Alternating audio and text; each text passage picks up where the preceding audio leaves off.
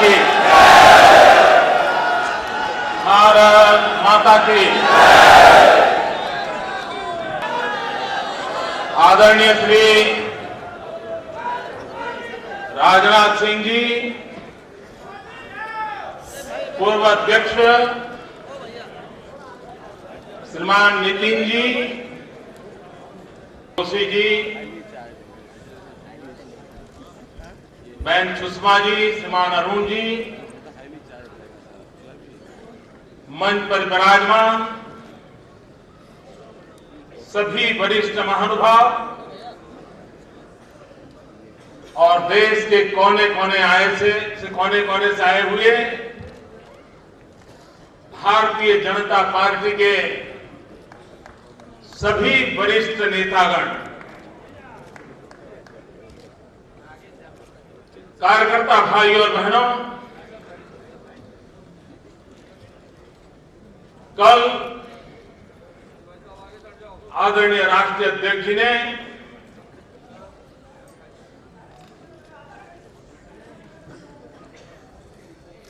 नरेंद्र मोदी का सम्मान किया।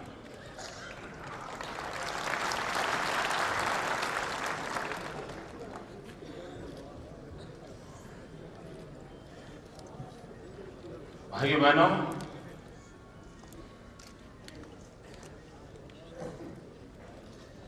मेरे पास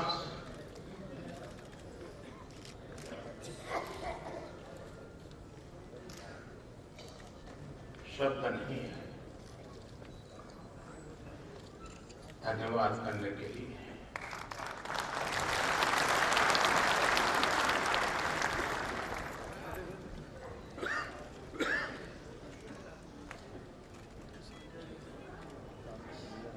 मतलब गुजरात का विजय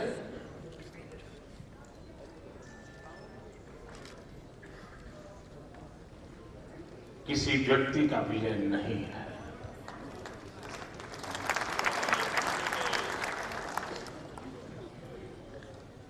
ये विजय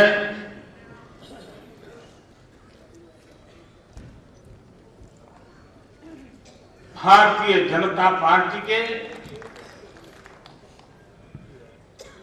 लाखों कार्यकर्ताओं के अहर्निश एकनिष्ठ पुरुषार्थ का परिणाम है।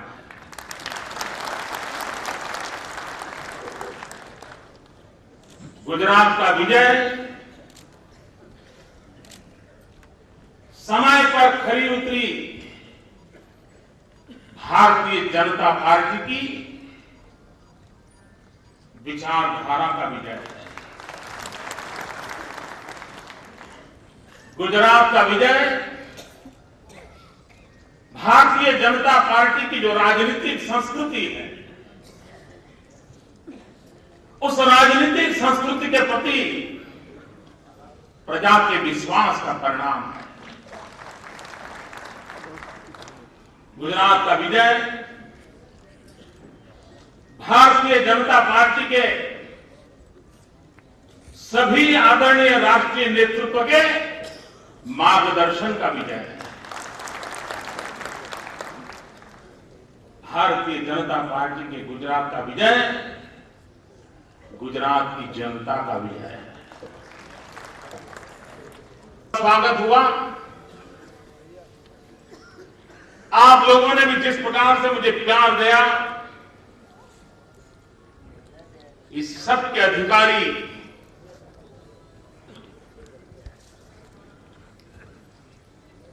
देश के लाखों कार्यकर्ता हैं, गुजरात की जनता है, हमारा राष्ट्रीय नेतृत्व है। मैं सारा सम्मान इन्हीं के चरणों में समर्पित करता हूं। सभी देश के कार्यकर्ता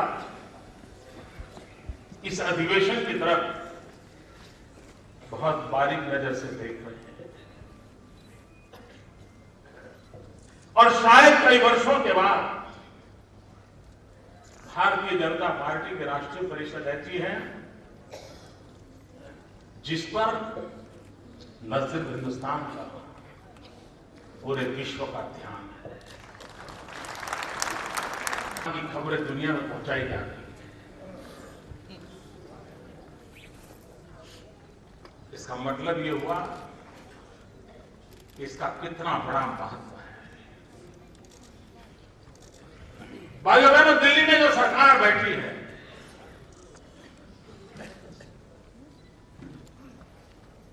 यह सरकार का होना हम कार्यकर्ताओं के लिए बहुत बड़ी चुनौती है। हमारे रहते हुए हिंदुस्तान के तख्त पर ऐसी सरकार हो, यह हमें कभी मंजूर नहीं।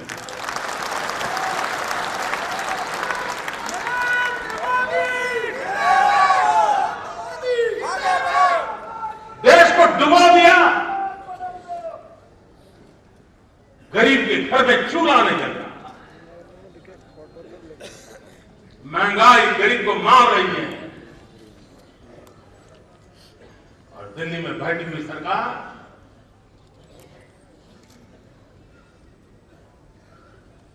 सरकार है कि नहीं है, इसकी भी अनुभूति नहीं, देश को महसूस नहीं। और इसलिए मित्रों,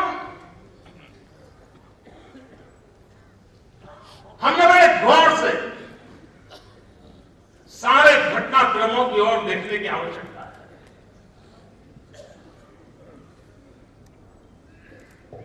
कांग्रेस पार्टी में देश के लिए कुछ करना, देश को कहीं जाकर के ले जाना, ये जज्बा ही नहीं है मित्रों, उसके चरित्र में नहीं है, उसके ब्लड में नहीं है। और मैं इस बात को सिद्ध कर सकता हूं, आजादी के बाद के पहले 3 दशक कांग्रेस पंचायत से पार्लियामेंट तक सिर्फ कांग्रेस का ही झंडा फहरता था। विपक्ष का नामो निशान नहीं था, मीडिया की इतनी घेराबंदी नहीं थी, जुडिशियल एक्टिविज्म नहीं था, एनजीओ की भरमार नहीं थी, पीआई जैसी कोई शब्द सुना नहीं था। हर प्रकार की सुविधाएं 3 दशक तक उनके पास थी। अब वो कालखंड था जब कोरिया भी अपने आप को उभारने की कोशिश कर रहा था, इजराइल अपने आप को उभारने की कोशिश कर रहा था, चाइना अपने आप को उभारने की कोशिश कर रहा था। हिंदुस्तान के पास सारी संभावनाएं पड़ी थी, दुनिया के कई देश हमसे आगे निकल चुके, हिंदुस्तान गिरता चला गया। तब तो राजनीति में हम लोग कहीं नहीं थे। क्या कारण था कि आप कर नहीं पाए? किसने रोका था? कारण यह था कि आपके इरादे ही नहीं रहे, पहले से नहीं रहे।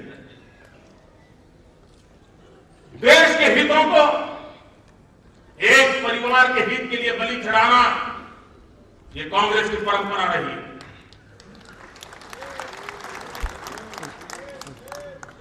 और न सिर्फ देश के हितों को, कांग्रेस के हितों को भी एक परिवार के लिए बलि चढ़ाना, ये इस परिवार की और इस कांग्रेस की परंपरा है। अब देखिए, कांग्रेस पार्टी के अध्यक्ष की पसंदगी की ओर देखिए। बीच का एक कालखंड आया था जब कांग्रेस पार्टी के अध्यक्ष के नाते सीताराम केसरी को पसंद किया गया था। किसी को फील हो रहा था कि कांग्रेस पार्टी में कोई अध्यक्ष है, अनुभूति होती थी, ऐसा लगता था जैसे किसी नाइट वॉचमैन को बिठा दिया है। और मौके की तलाश में थे, कोई मजबूत व्यक्ति, कोई योग्य व्यक्ति कांग्रेस पार्टी का अध्यक्ष न बन जाए, वरना इस परिवार का आगे क्या होगा। और इस हेतु से कांग्रेस का नुकसान हो ये मान करके, स्वीकार करके ऐसे हाथों में बागडोर दी गई ताकि वो जो चाहे वो करवा सके। और समय आते ही उस समय के दृश्य टीवी के पास मौजूद है, सीताराम केसरी को दफ्तर से उठा करके बाहर फेंक दिया गया था और पार्टी का कब्जा किया गया था। यह देश लोकतंत्र के अंदर किसी राजनीतिक दल का ऐसा लोकतंत्र स्वीकार करेगा? इतना ही नहीं, वो मौके की तलाश में थे, समय का इंतजार था। जैसे ही मौका मिला, तैयारी हुई, सब कुछ हड़प कर दिया। उसके बाद सरकार बनाने की नौबत आई।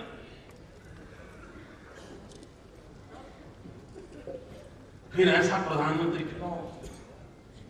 ताकि उस परिवार जो चाहे वो करवा सके। और इसलिए और एक नाइट वॉच में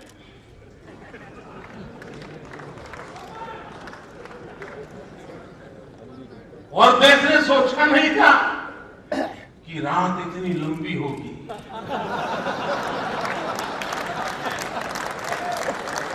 अंधेरा इतना घना होगा। और जब उन्होंने देखा कि प्रधानमंत्री का खुद का एक विश्व में स्थान है, तो उनको रोकने के लिए कांग्रेस की पुराने तरकीबें काम नहीं आएगी। दुनिया समझे ऐसी कोई बहुत बढ़िया इकोनॉमिक्स की भाषा बोल पाए, ऐसा एक बफर सिस्टम कायम करना पड़ेगा। भाइयों बहनों, इसी काम के लिए कि परिवार नजर न आए, प्रधानमंत्री कुछ कर न पाए और फिर भी मनचली होती रहे, अब इसलिए जाने माने लोगों का जमघट करके एक 5 स्टार एक्टिविस्टों का जोला खड़ा करके एनएससी बनाया गया और वो सारी सरकार को दिशा दे, इस प्रकार का एक नया ग्रुप किया गया। जिनको धरती से कोई लेना देना नहीं, जिनको धरती से कोई रसकस मिल नहीं रहे, जो 5 स्टार एक्टिविस्ट हैं, वो उन निर्णयों को कर रहे हैं जिसको जनता के साथ कोई संबंध नहीं है, टोटली डिस्कनेक्ट। कांग्रेस पार्टी की दूसरी विशेषता देखिए, इस परिवार को जिन से खतरा होता है, उनका राजनीतिक भविष्य खत्म कर दिया जाता है। क्या कांग्रेस पार्टी को भूतकाल में देश को योग्य प्रधानमंत्री देने का सामर्थ्य नहीं था? लेकिन वो देना चाहते नहीं थे। आज भी मुझे लगता है मित्रों, मैं नहीं जानता हूं मेरी पार्टी के सबके विचार क्या है, लेकिन मुझे लगता है काश मनमोहन सिंह जी की जगह पर अगर प्रणब मुखर्जी को प्रधानमंत्री शायद बनाए होते तो शायद इतनी बर्बादी नहीं हुई होती, क्योंकि वो जमीन से जुड़े इंसान थे, वो समस्याओं को जानते थे, समस्याओं के समाधान के लिए रास्ते खोज सकते थे। लेकिन अगर प्रणब दा सफल हो जाए तो परिवार का क्या हो, इस चिंता में देश को किसी के भी हाथों में डाल देना और नाइट वॉचमैन की परंपरा चलाना, यह उन्होंने चालू किया।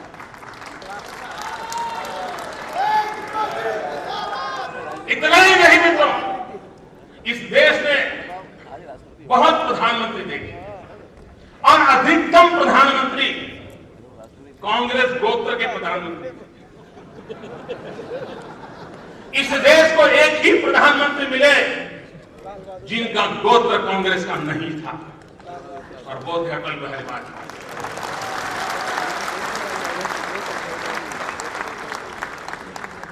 अब देखिए, जब तक कांग्रेस में मोरारजी भाई थे, प्रधानमंत्री का कोई स्कोप नहीं था। जब तक चंद्रशेखर कांग्रेस में थे, प्रधानमंत्री होने की संभावना नहीं थी। जब तक चरण सिंह जी कांग्रेस में थे, प्रधानमंत्री की संभावना नहीं थी। जब तक वीपी सिंह कांग्रेस में थे, प्रधानमंत्री की संभावना नहीं थी। जब तक आई के गुजराल थे, देवेगौड़ा थे, संभावना नहीं थी। और उनकी अपनी ताकत जो भी होगी, कांग्रेस से जब बाहर निकले, वो देश के प्रधानमंत्री पद पर पहुंचने के लिए सफल हो गए। कांग्रेस ने भीतर भी पूरी पार्टी को एक परिवार के लिए समर्पित करके रखा हुआ है, और उसके कारण देश में योग्य नेतृत्व पनप नहीं रहा। मित्रों, इन सारी समस्याओं की जड़ों में कांग्रेस की ये विकृतियां हैं। जड़ों में जो विकृतियां हैं, भाइयों बहनों, भारत के सार्वजनिक जीवन के लिए कांग्रेस एक दीमक की तरफ फैल गई है और भारतीय जनता पार्टी के कार्यकर्ता को दीमक को खत्म करने के लिए कितनी मेहनत पड़ती है हम जानते हैं। इधर से खत्म करो तो उधर निकलती है। ये दीमक रूपी जो कांग्रेस विकृतियां हैं उससे नष्ट करने के लिए एक ही दवाई काम आने वाली है दोस्तों। कांग्रेस रूपी दीमक को अगर हिंदुस्तान की धरती से नष्ट करना है तो उत्तम से उत्तम दवाई है भारतीय जनता पार्टी के कार्यकर्ताओं का पसीना। भारतीय जनता पार्टी के कार्यकर्ता के पसीने में वो दम है जो दम देश को इस कांग्रेस रूपी दीमक से मुक्ति दिला सकता है। भाइयों बहनों, कभी कभी टीवी मीडिया अखबार देख करके तो ना हमें निराशा आती होगी। क्या होगा? क्या कांग्रेस जाएगी? हम जीत पाएंगे? इतनी सीटें हैं, बढ़ बढ़ करके कितनी बढ़ सकती है? ये सारे हिसाब किताब हमारे दिमाग में भरने का काम कुछ लोग करते रहते हैं, क्योंकि कांग्रेस को बचाने के और कोई तरीके बचे नहीं है। तो इसी प्रकार की भ्रमणाएं फैलाना और कुछ कार्यकर्ता भ्रमित भी हो जाते होंगे।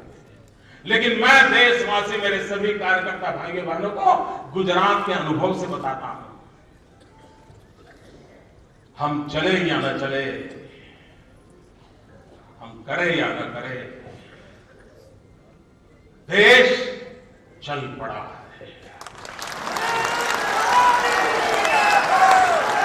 देश ने कांग्रेस को उखाड़ फेंकने का फैसला कर लिया है दोस्तों। और भाइयों बहनों, मैं राजनीति शास्त्र का विद्यार्थी हूं, मैं अनुभव के आधार पर कहता हूं, देश की जनता ने कांग्रेस को उखाड़ फेंकने का फैसला कर लिया।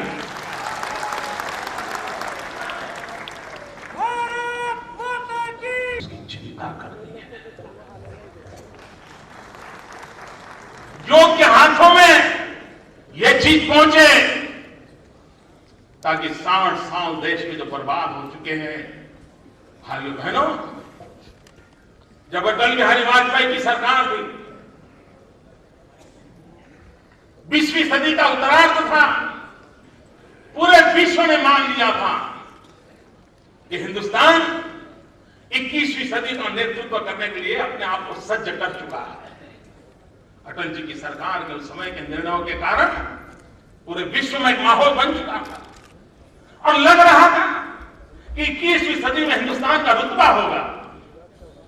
लेकिन 2004 के बाद जिस प्रकार का घटनाक्रम चला है उससे साफ हो गया है मित्रों, 21वीं सदी में हिंदुस्तान का रुतबा न रहे, ये सिर्फ हिंदुस्तान का नुकसान नहीं है, लोकतंत्र और मानवता में विश्वास करने वाले विश्व के बहुत बड़े तबके का नुकसान है।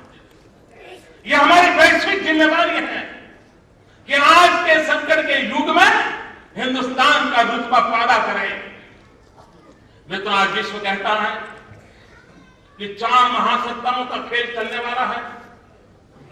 या कहते हैं अमेरिका, या कहते हैं चाइना, या कहते हैं यूरोपियन यूनियन, और आगे क्या कहते हैं, लेकिन चौथे के विषय में वो है तो हिंदुस्तान, लेकिन हिंदुस्तान को तय करना है कि वो इस योग्यता के में खड़े उतरने को तैयार है कि नहीं है। हमारे लिए क्वेश्चन मार्क लगाया जाता है। भाइयों बहनों, क्या इस देश में बदलाव नहीं आ सकता है? मित्रों, इन लोगों के कारनामों के कारण देश निराशा की गर्त में डूब चुका है। हम भारतीय जनता पार्टी के कार्यकर्ता हमारे ट्रैक रिकॉर्ड के आधार पर, चाहे रमन सिंह जी हो, चाहे मनोहर पर्रिकर जी हो, चाहे जगदीश जी हो, चाहे शिवराज जी हो, चाहे धूमल जी हो, चाहे सुंदरलाल पटवा हो, चाहे शांता कुमार हो, चाहे कल्याण सिंह जी हो, या राजनाथ सिंह जी उत्तर प्रदेश के पूर्व मुख्यमंत्री हो, जब जब जहां जहां हमें सरकार चलाने का मौका मिला है, हमने देश को कुछ न कुछ दिया है। हम उत्तर प्रदेश में जाएंगे, राजनाथ जी के शासन काल के अंदर शिक्षा व्यवस्था में जो क्रांति लाई गई थी, आज वहां का एक एक बच्चा याद करता है। सुंदरलाल पटवारी जी के एक बार मैंने कहा था, मुझे अमेरिका के स्टेट मीडिया डिपार्टमेंट के लोग मिले थे, वो कह रहे थे मध्य प्रदेश की सरकार एक मॉडल रूप सरकार चल रही है। 45 साल उस समय की बात है, 45 साल तक कांग्रेस ने जो नहीं किया वो 45 महीने के अंदर पटवा सरकार ने करके दिखाया था। ये दुनिया भर में तारीफ हम लोगों की होती रही है, सिर्फ नरेंद्र मोदी की नहीं, सिर्फ गुजरात की नहीं, सारी भारतीय जनता पार्टी की सरकारों की हुई है, मेरे सभी मुख्यमंत्री साथियों की हुई है। क्योंकि प्रजा के लिए कुछ करना, गुड गवर्नेंस पे बल देना, ट्रांसपेरेंसी को प्राथमिकता देना, ये हमारे इरादे रहे हैं, हमारी कोशिश रही है। और मित्रों, मैं पॉलिटिकल पंडितों से आह्वान करता हूं, समय की मांग है कि देश के शासन के अलग अलग अनुभव हुए हैं। देश ने लेफ्टिस्टों की सरकार देखी है, देश ने कांग्रेस की सरकार देखी है, देश ने परिवार के द्वारा चलती हुई पार्टियों की सरकारें देखी हैं, देश ने मिली जुली सरकारें देखी हैं, और देश ने भारतीय जनता पार्टी की सरकारें भी देखी हैं। 5 साल तक कोई भी कालखंड पसंद कर लिया जाए और इन 5 प्रकार की सरकारों का इवोल्यूशन किया जाए, मैं दावे से कहता हूं मित्रों, भारतीय जनता पार्टी सुशासन में नंबर 1 पर उतरेगी। ये हमारा ट्रैक रिकॉर्ड है मित्रों। देश निराशा की घट में डूबा हुआ है। ये हम लोगों ने अपने ट्रैक रिकॉर्ड के आधार पर सामान्य मानव के अंदर आशा पैदा करने की आवश्यकता है। समाज का बहुत बड़ा वर्ग यही कहता है, छोड़ो यार, कुछ होना नहीं, ये हमारा नसीब, हम पैदा हुए, यही भाइयों बहनों। मैं कुछ 2 उदाहरणों से बताना चाहता हूं, 2 उदाहरण आपके सामने रखना चाहता हूं। यही देश, यही गंगा और यमुना की नदियां, यही मेरे किसान, यही खेत खलिहान, ये सब होने के बावजूद भी 60-70 के दशक में हिंदुस्तान विदेशों से गेहूं मांगवा करके खाता था। PIL 48 ये गेहूं को लाना और गांव-गांव बांटना इस सरकार का प्रमुख काम रहता था।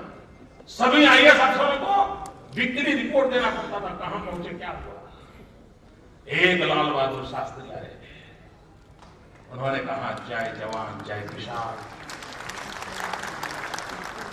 फर्क देखिए मित्रों, एक लाल बहादुर शास्त्री आए, जय जवान जय किसान का मंत्र दिया, हिंदुस्तान का किसान उठ खड़ा हो गया और हिंदुस्तान भूखा नहीं मरेगा। हिंदुस्तान का आम आदमी विदेशी गेहूं खाने के लिए मजबूर नहीं होगा। यह संकल्प सरकार ने नहीं, मेरे देश के किसानों ने लिया, लाल बहादुर शास्त्री के आह्वान पर लिया और देश के अन्न के भंडार भर दिए। आज हमें विदेशों से गेहूं नहीं मंगवाना पड़ता, वही जमीन, वही खेत, वही पानी, वही किसान, उसके बावजूद भी कभी नहीं था, आज है। फर्क लाल बहादुर शास्त्री। तो ये देश देखिए, जब अटल बिहारी वाजपेयी की सरकार ने न्यूक्लियर टेस्ट किया और जब अटल जी की सरकार ने न्यूक्लियर टेस्ट किया तो सारी दुनिया भड़क उठी। सभी दुनिया के समृद्ध देशों ने सैंक्शन लगा दी। हिंदुस्तान आर्थिक रूप से तबाह हो जाए, आइसोलेटेड हो जाए, इसके लिए सारी व्यवस्थाएं कर दी और विदिन आवर्स कर दी गई। और 11 मई थी वो दिन जब अटल जी ने विस्फोट किया था। तो हमारे कांग्रेस के मित्रों ने बयान दिए थे, इसमें अटल जी की कोई कमाल नहीं है, तो वैज्ञानिकों की कमाल है। मैं मेरे कांग्रेस के मित्रों को कहना चाहता हूं, 11 तारीख को जो न्यूक्लियर टेस्ट हुआ वो तो वैज्ञानिकों की करामत थी, मैं मानता हूं। लेकिन दुनिया की नाराजगी के बाद, इकोनॉमिक सैंक्शन लगने के बाद, हर प्रकार के आर्थिक घेराबंदी करने के बाद ये अटल बिहारी वाजपेयी के नेतृत्व में दम था कि 13 तारीख को दोबारा न्यूक्लियर टेस्ट करके दुनिया को बता दिया हम झुकने वाले लोग नहीं। ताकत 11 वाले में जितनी है उससे ज्यादा ताकत 2 दिन के बाद 13 तारीख को न्यूक्लियर टेस्ट किया था उसमें थी। और वो भारतीय जनता पार्टी के चरित्र का दर्शन कराती है, वो भारतीय जनता पार्टी के सामर्थ्य का दर्शन कराती है। और मित्रों, एक नेता क्या कर सकता है उसका उदाहरण देती है। भाइयों बहनों, सारे विश्व ने हमकी आर्थिक नाकाबंदी की थी, दुनिया ने हमको आइसोलेट कर दिया था। और तब अटल बिहारी वाजपेयी ने विश्व में फैले हुए भारतीयों को आह्वान दिया था कि देश पर एक बहुत बड़ा आर्थिक संकट आया है, विश्व के बन बैठे नेताओं ने हम पर जुर्म डाला है, मेरे देश में जो खड़े हो जाओ और आप इस बॉन्ड को खरीद करके हिंदुस्तान का फॉरेन एक्सचेंज का तिजोरी भर दो। भाइयों बहनों, सप्ताह के भीतर भीतर हिंदुस्तान की तिजोरी भरती गई थी अटल जी के शब्दों पर।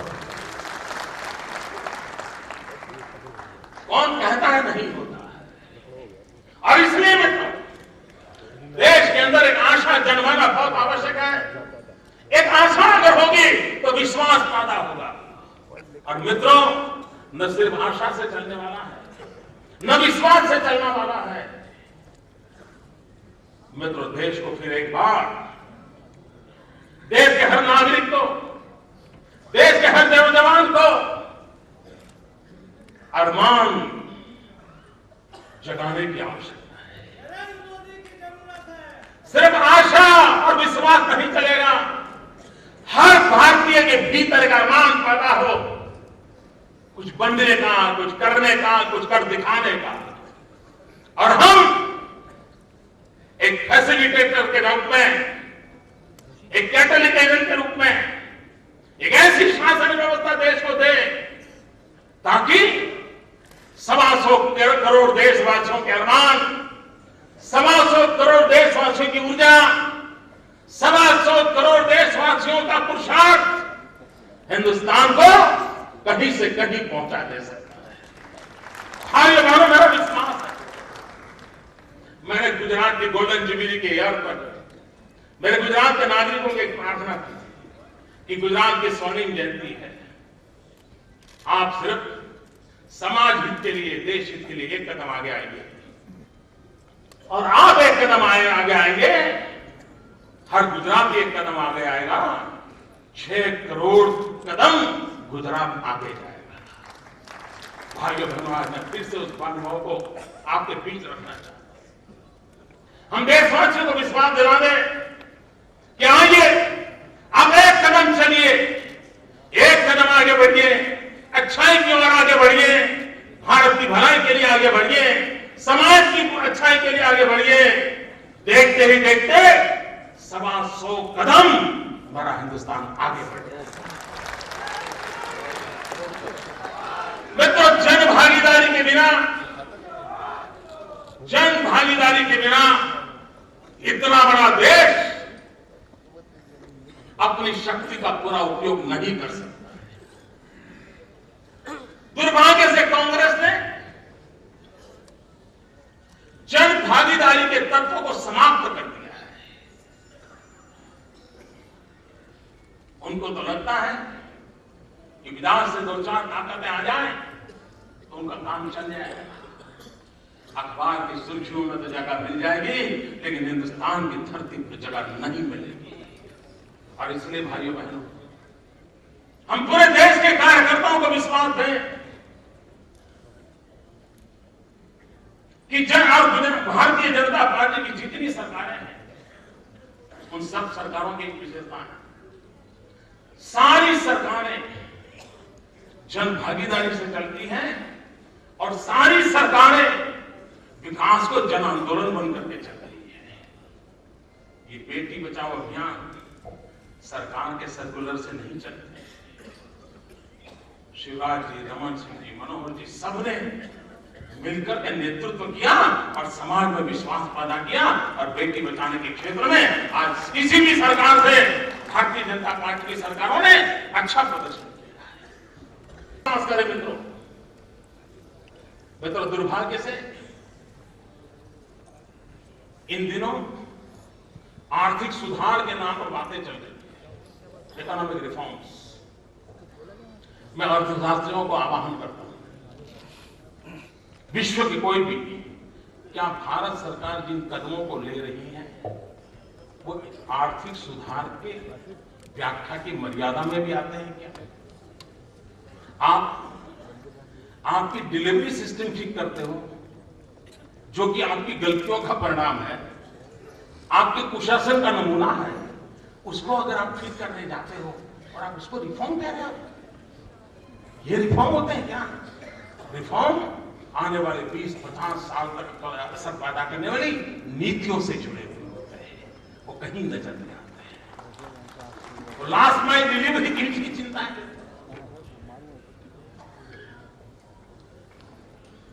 प्रशासन का सुधार, गवर्नेंस में बदलाव, ये प्रशासनिक सुधारों में जाता है, इकोनॉमिक रिफॉर्म में नहीं जाता है। दूसरी तरफ मैंने देखा मित्रों, और मुझे नाराजगी कांग्रेस से है उससे ज्यादा उन पॉलिटिकल पंडितों से है जो दिन रात कांग्रेस को सर्टिफिकेट देते रहते हैं। मैं हैरान हूं, जो सरकार देश के अर्थतंत्र को सबल बनाने के लिए कोई योजना न ला सकती, जो सरकार रुपये की ताकत गिरती हुई सिर्फ देख रही हो, जो सरकार खजाने को लुटाना, डोल डिस्ट्रीब्यूशन, लोग लुभावनी बातें, इसको अगर कोई आर्थिक कार्यक्रम कहेगा तो मित्रों वो राज्य, वो देश कभी भी आर्थिक ताकतवर नहीं बन सकता है। Corporate culture, professionalism, technology upgradation, उन सारे पहलुओं से आगे बढ़ाया जाए। मित्रों, हिंदुस्तान की सभी इलेक्ट्रिसिटी कंपनियां जो राज्यों की हैं, हजारों करोड़ के घाटे में है। गुजरात इलेक्ट्रिसिटी कंपनी 2001-2 में प्रति वर्ष 2,500 करोड़ रुपए का घाटा करती थी। भाइयों बहनों, आज पूरा देश ऊर्जा के संकट से जूझ रहा है। हमने एक नया पैसा बिजली का काम नहीं बढ़ाया था 12 साल में, एक नया पैसा नहीं। पहले शाम को खाना खाते समय बिजली नहीं मिलती थी, आज 24 घंटे बिजली मिल रही है। जितनी चाहिए, जब चाहिए, जहां चाहिए मिल सकती है। और उसके बावजूद भी पर ईयर 2,500 करोड़ का घाटा करने वाली हमारी इलेक्ट्रिसिटी कंपनी आज 700 करोड़ का प्रॉफिट कर रही है।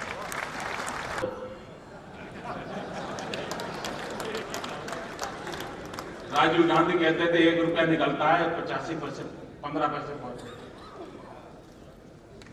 85% डूल हो जाते थे।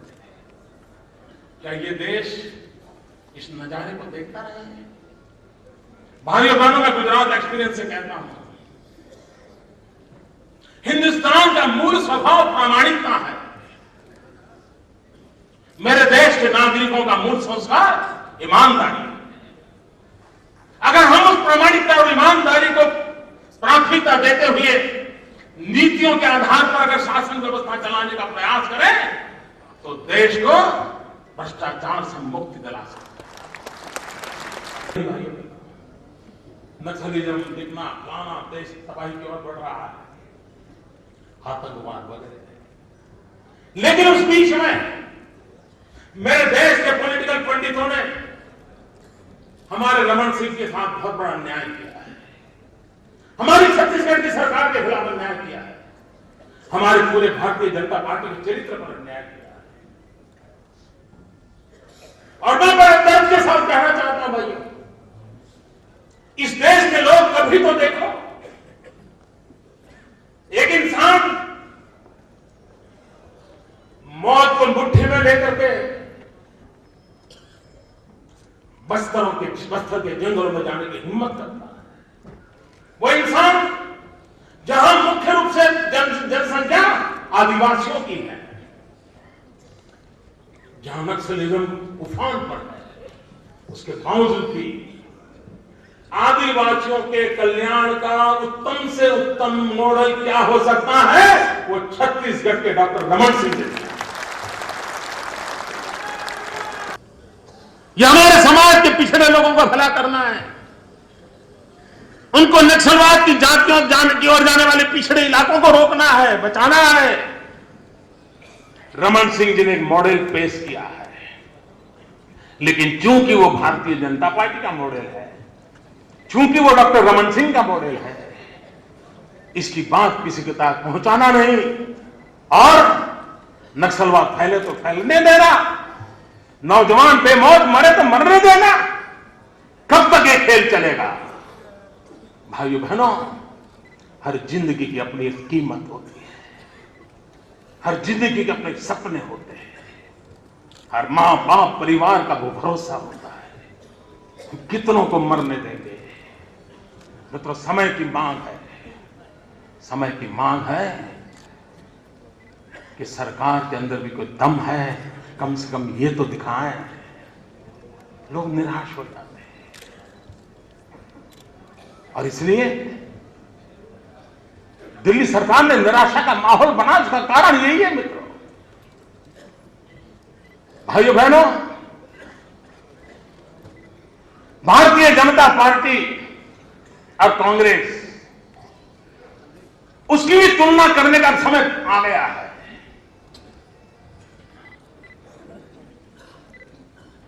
अगर आप भारतीय जनता पार्टी के कार्यकलापों को देखें, उनकी बातों को सुनेंगे, उनके व्यवहार को देखेंगे, तो कहने की जरूरत नहीं पड़ती है कि BJP is with A mission.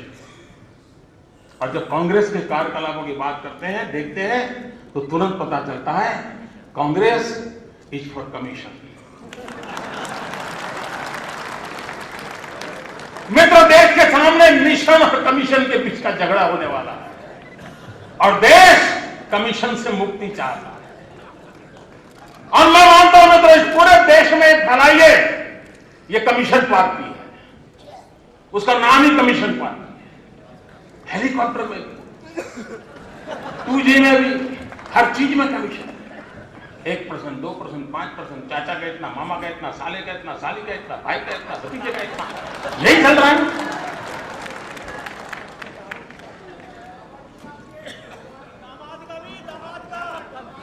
दामाद का मैं गृहस्थी नहीं होने के कारण ये रिश्तों वालों में बड़ा गड़बड़ हो जाता है, कुछ छूट जाता है।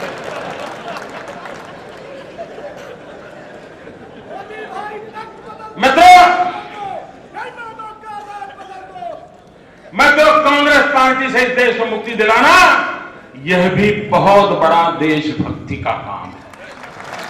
इसके लिए आप कुछ भी न करें, इनसे मुक्ति दिलाएं तो भी मित्रों वो वही काम होगा जो आजादी के दीवानों ने आजादी पाने के लिए किया था, वही होगा। मित्रों, स्वराज्य के लिए जैसे लोगों ने बलिदान दिया था, कष्ट झेले थे और अंग्रेजों को हटा करके स्वराज पाया था, वैसे स्वराज्य के लिए भी जन संघर्ष करते हुए कांग्रेस की मुक्ति दिलाएं, स्वराज्य आएगा। अंग्रेजों से मुक्ति मिली, स्वराज आया, कांग्रेस से मुक्ति मिले, स्वराज्य आएगा। और समस्याओं का समाधान स्वराज्य में है, विकास में है। और मित्रों, भारतीय जनता पार्टी के लिए सामान्य से सामान्य मानव की जिंदगी में बदलाव लाना, उसको कठिनाइयों से मुक्त करना, ये हम लोगों का दायित्व है। मित्रों, इन दिनों आप देखते होंगे गुजरात के संबंध में आलोचना होती है, क्या होती है?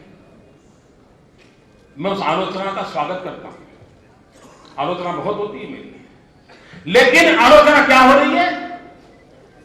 मोदी कहते थे 8% जाएंगे, लेकिन वो 7.9% गए। मोदी कहते थे 12 लाख करोड़ का होगा, लेकिन 11 लाख करोड़ हुआ। मुझे खुशी इस बात की है कि देश को विकास के मुद्दों पर चर्चा करने के लिए हमने मजबूर किया है। ये ठीक है कि आज हमारी तुलना उनसे करने की कोशिश हो रही है जो बहुत पहले से हमसे आगे है।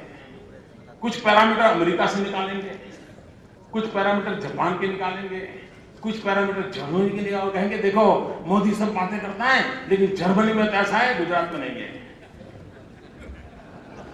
वाह क्या बात है। यह भी खुशी की बात है मित्रों कि दुनिया के समृद्ध देशों की तुलना में भारतीय जनता पार्टी से द्वारा चली हुई सरकारों की तुलना हो रही है। और मित्रों, जिस प्रकार से भारतीय जनता पार्टी की सरकारें काम कर रही है, वो समय दूर नहीं होगा जब थर्ड वर्ल्ड कंट्रीज के लोग अपनी अपनी समस्याओं के समाधान के लिए भारतीय जनता पार्टी की सरकारों का अध्ययन करेगी और उसमें से रास्ता खोजने की कोशिश करेगी। दुनिया के देशों को भी समस्याओं के समाधान के लिए रास्ता मिलने वाला है। मित्रों, हिंदुस्तान का एग्रीकल्चर ग्रोथ 2-2.5% से आगे बढ़ नहीं पा रहा है। और क्या कारण है कि गुजरात हो, मध्य प्रदेश हो, बिहार हो, ये कैसे कमाल कर रहे हैं। मेरे दिल्ली के मेहरबानों, कम से कम इसकी तरफ नजर तो करो, कैसे कर रहे हैं। क्या कारण बन गया, क्या कारण बन गया कि जब से हमारा गंगा यमुना के प्रदेश देश के अंदर के भंडार भरते थे, आज उसके बाहर के इलाके देश के अंदर के भंडार भर रहे हैं। क्या कारण बना है, उनको देखना नहीं है। मित्रों, सुशासन की अपनी ताकत है। प्रजा की आशा आकांक्षाओं के अनुरूप इस काम को बढ़ाना इसका सामर्थ्य रहा है और उसके कारण एक परिणाम होता है। भाइयों बहनों, इस राष्ट्रीय परिषद से हम जब जाएंगे, आदरणीय अडवाणी जी का मार्गदर्शन लेकर के जाएंगे, आदरणीय राजनाथ जी का मार्गदर्शन लेकर जाएंगे, सभी वरिष्ठ नेताओं का लगातार हम मार्गदर्शन ले रहे हैं। लेकिन भाइयों बहनों, हमारे भीतर से संकल्प उठना चाहिए। हमें भीतर से संकल्प करके जाना चाहिए और निर्णय हमारा यह होना चाहिए कि जनता ने उखाड़ फेंकने का तय कर लिया है, उसमें हम क्या मदद कर सकते हैं। जनता के साथ रह करके उसको उखाड़ फेंकने की दिशा में हम कितने आगे बढ़ सकते हैं, यह निर्णय। तो विश्वास कीजिए, कांग्रेस बच नहीं सकती, किसी भी हालत में बच नहीं, कोई नहीं बचा सकता उसको। लेकिन देश बचाने के लिए जनता के सामने एक अल्टरनेट ला करके हमको खड़ा होना पड़ेगा। और भारतीय जनता पार्टी में वो दम है, लोटस में वो दम है, कमल के निशान में दम है। मित्रों, उस कमल के निशान को लेकर के जाना है। व्यक्ति कौन है कौन नहीं, ये भारतीय जनता पार्टी में कभी मैटर नहीं करता है। उम्मीदवार कौन है कौन नहीं, वो भारतीय जनता पार्टी में मैटर नहीं करता है। भारतीय जनता पार्टी लक्षावधि कार्यकर्ताओं के पुरुषार्थ का एक संपुट है, उस संपुट के आगे लेकर के हमें आगे बढ़ना है। मित्रों, देश को निराश करने का हमें अधिकार नहीं है।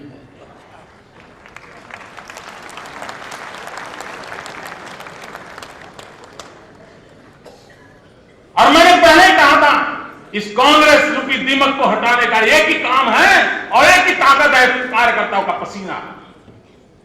भाइयों बहनों, पंडित दीनदयाल उपाध्याय जी ने मंत्र दिया था, चरे वेती चरे वेती चरे वेती। भाइयों बहनों, पंडित दीनदयाल जी के उस मंत्र को हम जीवन में उतारने का संकल्प करके चले, न हम रुकेंगे, न हम थकेंगे, न हम झुकेंगे, चलते रहेंगे, लगातार चलते रहेंगे, जन जन के बीच जाएंगे, गांव गांव घर घर जाएंगे, उनके सुख दुख के साथी बनेंगे, उनके भीतर एक नए अरमान को जगाएंगे और उन अरमानों को देश के अरमानों के साथ जोड़ेंगे और सबकी ताकत में आकर के स्वामी विवेकानंद जी की 150वीं जयंती जब मना रहे तब स्वामी विवेकानंद जी ने 125 साल पहले देखा था। उन्होंने कहा था, मैं अपने आप के सामने देख रहा हूं, मेरी भारत माता जगत गुरु के स्थान पर विराजमान है। उन्होंने कहा था, मैं अपने आप के सामने देख रहा हूं कि मेरी भारत माता विश्व गुरु का स्थान प्राप्त करेगी। 125 साल बीत चुके हैं, विवेकानंद जी की 150वीं जयंती मना रहे तब हम संकल्प करें कि विवेकानंद जी, यह देश गोल्डन जुबली, डायमंड जुबली मनाएगा, ये देश डायमंड जुबली मनाएगा। उसके पहले पहले हम आपके सपनों को पूरा करके रखेंगे। और दोस्तों, हम उस राह चल रहे हैं। भाइयों बहनों, देश के हालात देखते हैं, तो अच्छे अच्छे लोगों को चिंता होना बड़ा स्वाभाविक है। लेकिन भाइयों बहनों मैं कहना चाहता हूं, अंधेरा घना है भाइयों बहनों, अंधेरा घना है माना कि अंधेरा घना है, लेकिन दिया जलाना कहां मना है। दोस्तों, माना कि अंधेरा घना है, लेकिन दिया जलाना कहां मना है। आइए दोस्तों, हम यहां से चल पड़े और कमल के साथ एक दिया जलाएं, विकास की रोशनी फैलाएं, इसी संकल्प के साथ आगे बढ़े। बहुत बहुत धन्यवाद।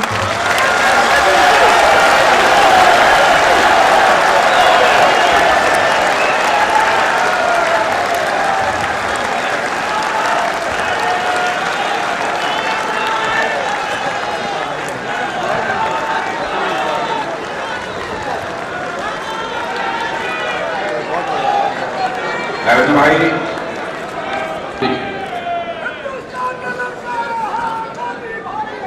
बहनों भाइयों, आपने देखा कि अपने भाषण में नरेंद्र भाई ने आपको अपने पसीने के महत्व का एहसास कराया।